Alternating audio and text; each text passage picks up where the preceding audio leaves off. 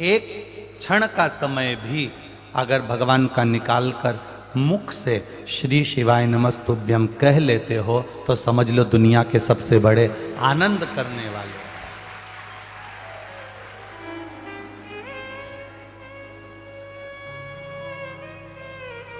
चलते में दुकान अच्छी चल रही है, बहुत अच्छी दुकान चल रही है, तो थोड़ा थोड़ा अच्छी दुकान चलते में तुम्हारा मकान भी बना लो। दुकान अच्छी चल रही है, चलती दुकान में से तुम अपनी पत्नी के जेवर भी बना लो। दुकान अच्छी चल रही है, चलती दुकान में से अपने बच्चों की एजुकेशन भी अच्छी करा लो। दुकान अच्छी चल रही है, चलती दुकान में से एक आध प्लाट भी ले लो। दुकान अच्छी चल रही है, चलती दुकान में से थोड़ा थोड़ा अपने लिए भी जोड़ लो। दुकान अच्छी चल रही है, चलती दुकान में एक आध गाड़ी भी ले लो। उसी तरह जैसे चलती दुकान में पत्नी के जेवर बना लो, चलती दुकान में प्लाट ले लो, चलती दुकान में जमीन ले लो, चलती दुकान में दुकान अच्छी चल रही है तो तुम कुछ ना कुछ खरीद लो। उसी तरह जब शरीर अच्छा चल रहा हो तो थोड़ा थोड़ा भगवान का भजन भी कर लो, क्योंकि ये फिर चले ना चले।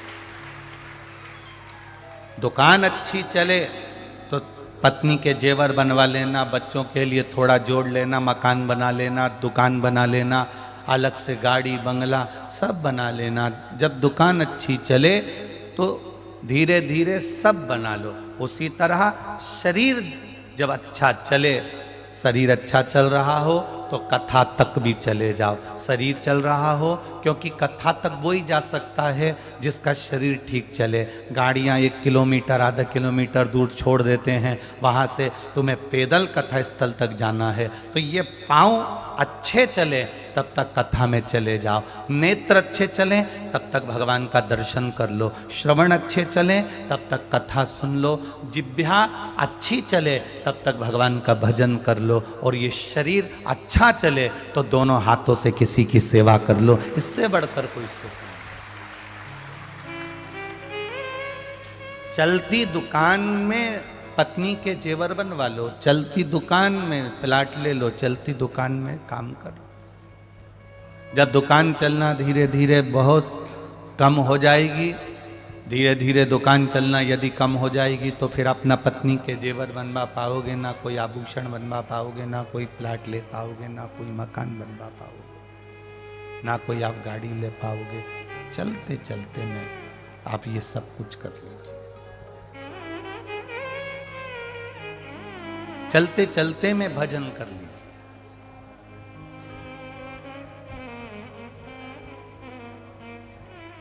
बाद में किसने देखा?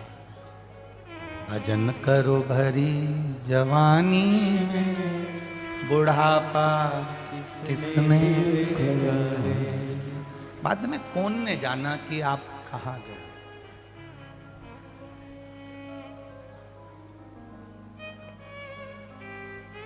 कोई व्यक्ति,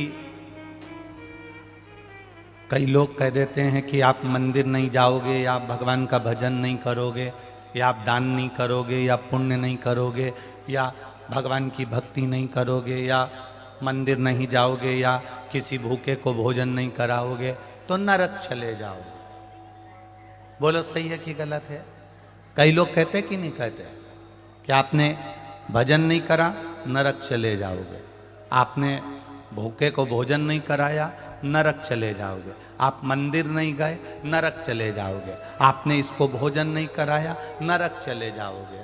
तो शिव पुराण एक बात अपने हृदय चित्त से उमाखंड कहता है शिव पुराण का, कि कहने वाले ने कहा कि तुमने भजन नहीं किया नरक चले जाओगे, तुमने भूखे को भोजन नहीं कराया नरक चले जाओगे। शिव पुराण कहती है कि वो नरक का गुणगान नहीं करती। शिव पुराण तो इतना कहती है कि अगर आप मंदिर नहीं गए हो, अगर आप शिवालय नहीं गए हो, अगर आपने किसी भूखे को भोजन नहीं कराया है, नरक जाओगे कि नहीं जाओगे?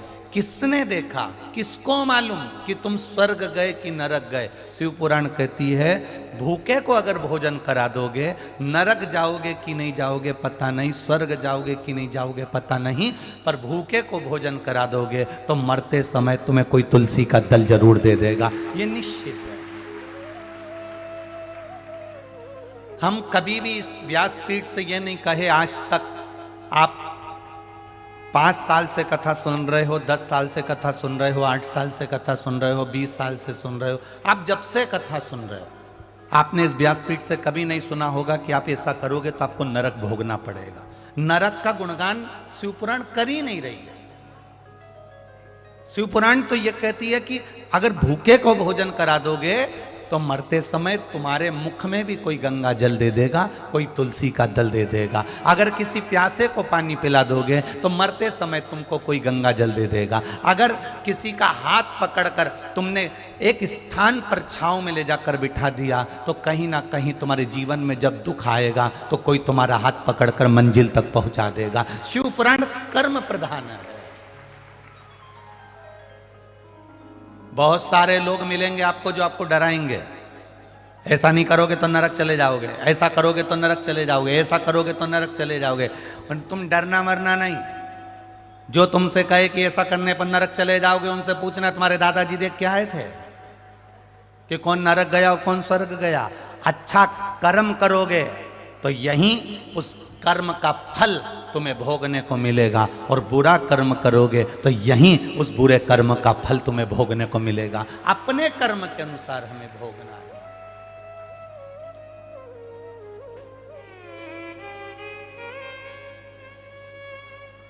कभी गिरते हुए को उठाया नहीं, बाद आंसू बहाने से क्या फायदा। कभी सासू को भोजन कराया नहीं, बाद में फोटो को रोटी चिपकाने से क्या फायदा। बोलो सही है कि गलत है? कभी भूखे को भोजन कराया नहीं, बाद में सास का इतना बड़ा फोटो घर में चिपका के रखा। 16 श्राद्ध आई तो कंडा जला के उसमें घी शक्कर छोड़ के उनमें से पूड़ी का एक टुकड़ा ऐसा तोड़ के और वह फोटो जो था ना उस फोटो में ऐसा मिला के ऐसी चिपका दी। ऐसे पूरे साल सास के मुंह पे वो फोटो में पूड़ी चिपकी रही।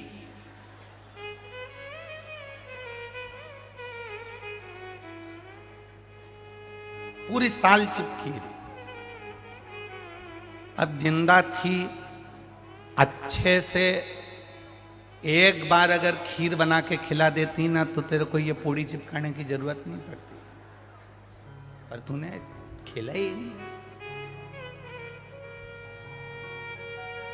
बहुत लोग मिलेंगे जो आपको डराएंगे। जितने लोग आस्था चैनल पर कथा सुन रहे हैं, जितने फेसबुक यूट्यूब पर कथा सुन रहे हैं, जितने भिलाई नगर की इस पावन धरा पर कथा सुन रहे हैं, अच्छे से ध्यान लगाकर श्रवण करना। लाखों की संख्या में आप आए हो। विनोद जी ने, प्रेम प्रकाश जी ने भिलाई का सबसे बड़ा ग्राउंड करा है इस कथा के लिए, पर उनको भी अंदाजा नहीं था कि ये ग्राउंड पहले दूसरे दिन ही इतना भर जाएगा। उनको भी अंदाजा नहीं। विनोद जी कह रहे थे ये वो ग्राउंड है जहाँ बड़े बड़े बहुत बड़े बड़े लोगों की सभाएं हुई हैं, और ग्राउंड में सभा होती थी तो ग्राउंड खाली रह जाता था। पर आश्चर्य की बात यह है कि ये किसी नेता की सभा नहीं है, ये मेरे महादेव की कथा है, ये कोई साधारण नहीं है। ये शिव की कथा है, ये उसका गुणगान है।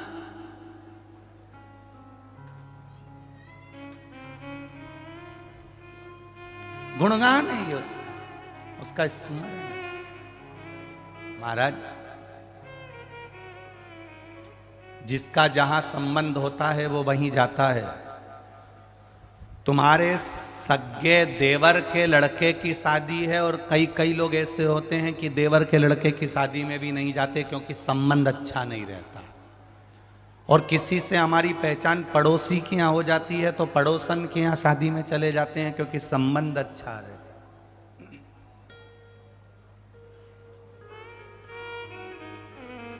संबंध अगर अच्छा है तो अपन वहां जाते हैं।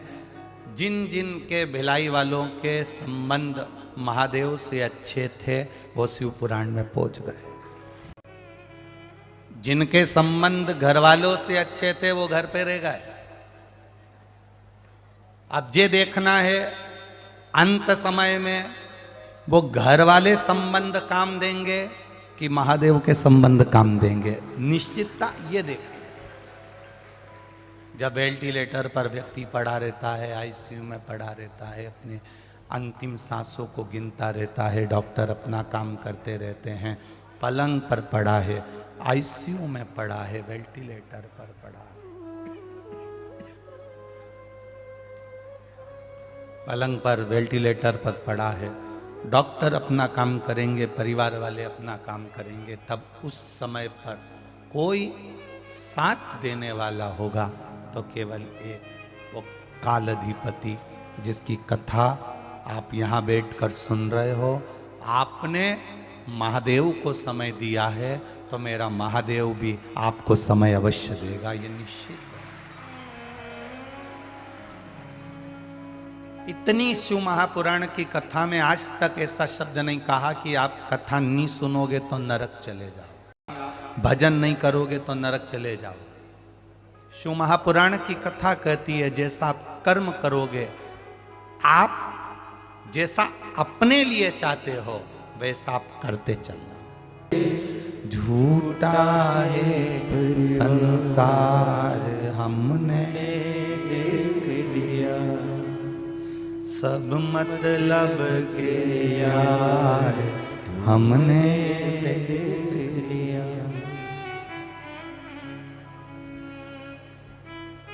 सब मतलब, सारा संसार मतलब का। अब करो भजन, चलते चलते करो। मेरी माताओं से निवेदन है, मेरी जीजियों से निवेदन है, मेरे भाइयों से निवेदन है, कोई तुमसे तुम्हारे पति कहें क्यों मंदिर में जाकर बैठी रहती है, मना कर देना। आप कहोगे तो मैं मंदिर चली जाती हूं, आप मना कर दोगे मैं नहीं जाऊंगी, मना नहीं। आप कह दोगे मैं चली, आप मना कर दोगे मैं नहीं जाऊंगी। तुम्हारा पति मना कर दे कि तुम कथा में मत जाओ तो मेरी जीजियों से निवेदन है मत आओ। तुम्हारे घर के लोग मना कर दें कि तुम सत्संग में मत जाओ, मत जाओ।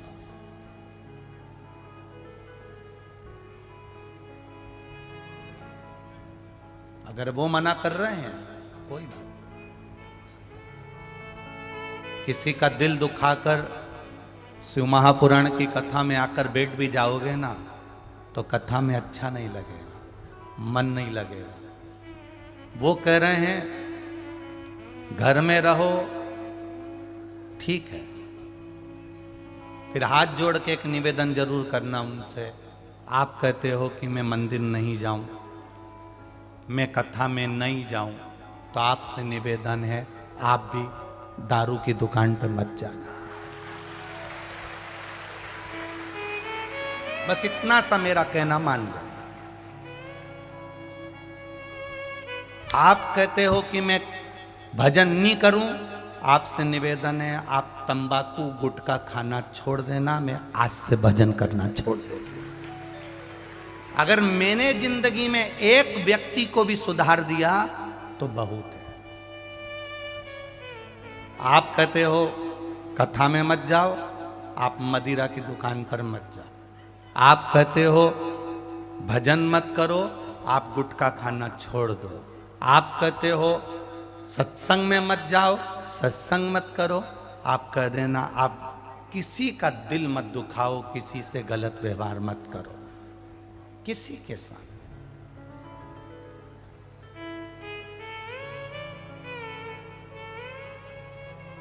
कोई जरूरी नहीं है कि मंदिर में घी का दिया लगाओगे तब भगवान प्रसन्न होगा। कोई जरूरी नहीं कि मंदिर में अगरबत्ती जलाओगे तो भगवान प्रसन्न होगा। किसी दुखी के जीवन में उसके चेहरे पर अगर स्माइल भी ला दी है ना तो भगवान प्रसन्न हो जाता है। आप किसी के चेहरे पर प्रसन्नता लाकर रख दीजिए, भगवान प्रसन्न हो जाए।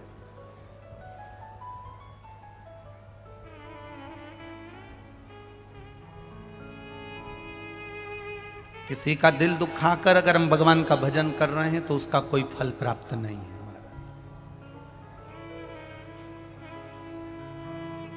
इस व्यासपीठ ने आपको एक बात पहले भी कही, आज फिर कहते हैं।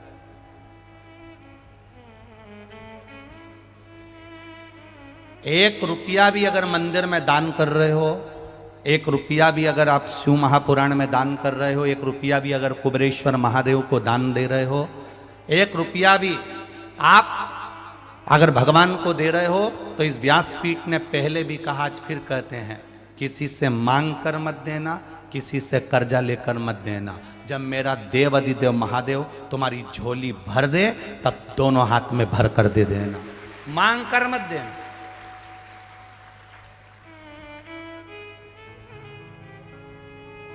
किसी मंदिर में दर्शन करने के लिए जाओ और तुम्हारे पर्स में अगर 10 रुपया नहीं है, पड़ोसन तुम्हारे साथ में है, तुम्हारे रिश्तेदार तुम्हारे साथ में, और किसी तीर्थ में तुम दर्शन करने गए हो, बद्रीनाथ दर्शन करने गए हो, केदारनाथ दर्शन करने गए हो, चंपेश्वर महादेव दर्शन करने के लिए गए हो, महाकाल दर्शन करने के लिए गए हो, राम जी के मंदिर दर्शन करने के लिए गए हो, किसी तीर्थ में दर्शन करने के लिए गए हो, तुम्हारा पर्स घर पर रह गया, तुम्हारा पर्स होटल में रह गया, तुम्हारा पर्स गाड़ी में रह गया, तो भी अपनी पड़ोसन से, अपने रिश्तेदार से भगवान के सामने दर्शन करते समय भगवान सामने है, और भगवान के सामने तुम पड़ोसन से मत मांगना कि 10 रुपए दे, मैं तेरे को भी गाड़ी में दे दूंगी। नहीं, भगवान को बुरा लगता है क्योंकि मेरे सामने खड़ी होकर तू दूसरे के आगे हाथ फैला रही है। मुझसे कहती मैं गाड़ी में से क्या तेरे सामने अंबारियां ला कर दे देता। हमारी आदत रहती है, हमारे पर्स होटल में छूट गए, हमारा पर्स गाड़ी में छूट गया, हमारा पर्स वहां रह गया, हमारे पास पैसा नहीं है, हमने पड़ोसन से कह तू देगी ना 10 मिनट, मैं तेरे को बाद में दे दूंगी, देना जरा 10 रुपए, और मुझे चढ़ाना है, मुझे देना है, मुझे आरती की थाली में 10 रुपए चढ़ाना है, मुझे झोली में 10 रुपए चढ़ाना है, जरा देना तू ना। 1 रुपया पड़ोसन से मत मांगो, 1 रुपया अपने रिश्तेदारों से मत मांगो। सास साथ में है, सास साथ में है, और तुम अपनी पड़ोसन से कह रही हो कि मुझे ये चोली का कपड़ा दिला दे, मुझे फाल दिला दे, मुझे पीको करा दे, मुझे ये दिला दे, मुझे वो दिला दे। सास साथ में है और तुम पड़ोसन से पूछ रही हो कि अचार कैसे डालते। सास साथ में है और तुम सास के पांव ना पड़कर पड़ोसन के पांव पड़ रही हो, तो सास को बुरा नहीं लगेगा? अरे बोलो तो जम के, लगेगा कि नहीं लगेगा? घर के माँ बाप साथ में है और तुम दूसरे के आगे हाथ फैलाओ, माँ बाप को बुरा लगेगा। घर के बुजुर्ग तुम्हारे साथ में हैं और तुम दूसरे के आगे हाथ फैलाओ, घर के बुजुर्ग को बुरा लगेगा। मंदिर में भगवान बैठा है और तुम दूसरे के आगे हाथ फैलाकर दान दो, भगवान को बुरा लगेगा। उसको बुरा लगता है कि मेरे सामने आया, मेरे पास आया, मेरे नज़दीक आया, मेरे करीब में आया, और मेरे पास आकर, मेरे करीब में आकर, मेरे नज़दीक में आकर दूसरे के हाथ जोड़ रहा है। मत दो दान, ऐसा दान किसी काम का नहीं जो दूसरे से मांग कर दिया जाए। हमारा भी विश्वास कहता है, इतने सालों की शिव महापुराण कथा का भरोसा और विश्वास कहता है, नहीं है आपके पास देने के लिए, आप रोज शंकर जी के मंदिर में 1 लोटा जल चढ़ाओ, अपनी मेहनत करो, अपना परिश्रम करो, अपना कर्म करो, और मेहनत, किसी दूसरे के भरोसे पर भजन मत करो,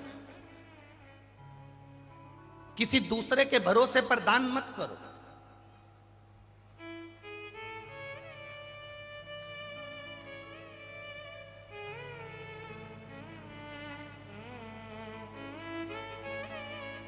ए भैया, तेरे हाथ जोड़ती हूं, मुझे आगे बिठा दोगे क्या कथा में? ए भैया, मैं तुम्हारे हाथ जोड़ती हूं, क्या मुझे कथा में आगे बिठा दोगे क्या? तुमने भैया के हाथ जोड़े कि मैं तुम्हारे हाथ जोड़ती हूं, तुम मुझे आगे बिठा दोगे क्या? ऐसा हाथ तुम एक बार महादेव के जोड़ कर कह देती कि मुझे आगे बिठा दोगे क्या? वो व्यासपीठ के पास में ले आए। एक बार तुम देवाधिदेव महादेव से कह देती, एक बार तुम भगवान देवाधिदेव महादेव से कह देती कि हे बाबा, हे त्रिकालदर्शी, हे कैलाशी, हे अविनाशी, भिलाई में कथा हो रही है, भगवान की कथा चल रही है, मेरा मन है, मेरे पास इतना धन वैभव सत्ता नहीं मैं कुछ दे सकूं, पर इतना विश्वास जरूर है कि मैं तुझ पे एक लोटा जल चढ़ाती हूं, इसलिए पंडाल में कहीं ना कहीं मुझे ऐसी जगह मिल जाएगी जो मैंने सोची भी नहीं होगी, और वहां जाकर बैठकर कथा सुन लूंगी। ये तेरे जल की महत्वता, ये तेरे जल की महत्वता है। तुझे जो एक लोटा जल चढ़ाया, तुझ पर जो एक लोटा पानी चढ़ाया है, उसकी महत्वता है कि मुझे कुछ मिलेगा और अच्छा मिलेगा।